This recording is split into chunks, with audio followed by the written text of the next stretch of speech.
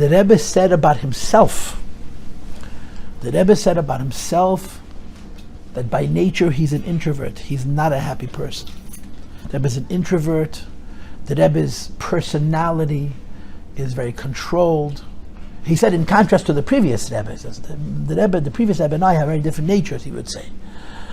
And his nature was, he was a scholar, was a book person, and book people don't tend to be particularly jovial. They be very earnest and very calculated and very measured. And the Rebbe said, I changed my nature completely. The Rebbe was a man, not only he radiated joy, he didn't tolerate if he saw a lack of joy by anybody else. And the Rebbe said, it didn't come to me easy. I had to work very hard on developing this new character of being besimcha. You look at children, look at little kids, they're just so free. They're just so free. You say, wait a minute, when are they going to lose that? When is that beauty? You want to call it naivete, but that's not, they're having fun. All kids are free. And then they're not so free, huh? You know, when the kids go into nursery and then they go into to kindergarten and to pre-1A, you could start seeing the children separating already then. You know, the kids who don't do so well in school, who are not so socially adept, that the other kids hit them, bully them in some cases, and you see them withdraw, you see their joy. But when they're a year and a half, 2 years old, and they're mommy's favorite toy, their kids are just so wonderfully free and happy. Hey, what happens? It's called life, right? It's called having adults around. That's what it's called. We ruin it with our reality, with our concerns, with our worries, with our fears. But when you're looking at a little child, and you see that joy. So the psychotherapist says, of course, they're naive. They don't know anything. And Chassidus says, no, they're pure. That's what God made. That's how a human being looks in the image of God. Free and happy because he lives in God's world. And then we watch these kids grow up, we watch them struggle, and then they look like us. Every one of us has got stuff. Every one of us has many reasons, many excuses for why we're not walking around jovial. And one of them is we don't want people to call us an idiot. That's also one of the reasons, yeah. But the Rebbe had 1,000 times as many reasons as we have. You know why? Because every one of us dumped on him.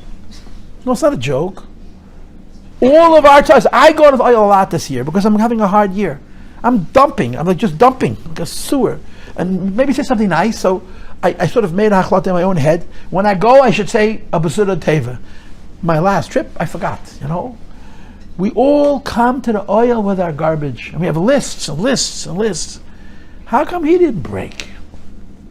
They never read every letter. Someone told me a cheshbon, I read it in the book yesterday, 90,000 letters a year, 90,000 letters a year, 90,000 letters a year. He opened every piece of mail himself. He didn't answer every piece of mail. He answered many of them, but he opened every piece of mail, took every piece of mail to the oil. The Rebbe kept track of these pieces of paper, literally, in a superhuman way. And he read all of our tzaras. And he came out of his room with such energy. And he gave this energy to us. Your life is not going to get any worse if you tell yourself, I'm going to have a positive attitude. And it's not going to get any better if you walk around miserable because you're being very realistic and very grown up and very responsible. I'm not saying we should neglect our challenges, but the definition of a chassid is a happy person.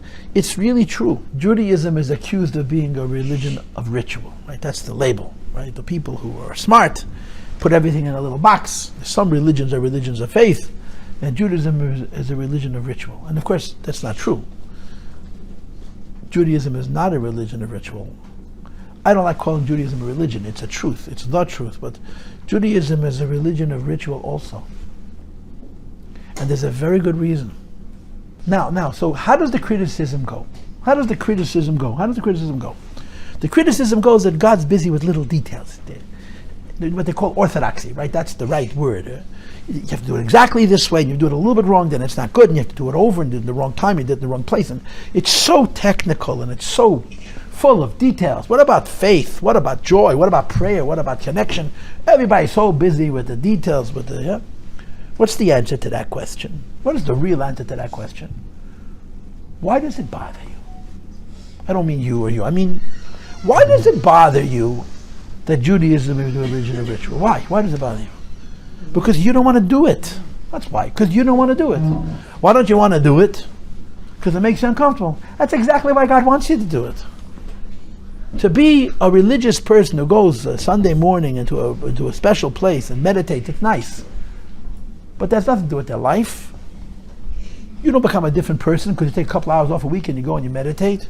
You become a different person when God follows you around, from the kitchen to the bathroom to the bedroom to the front door. And wherever you go, no, not like that. I'm sorry, that's wrong. You gotta do it. You see, here's the fact of life. Judaism exists because of mitzvahs.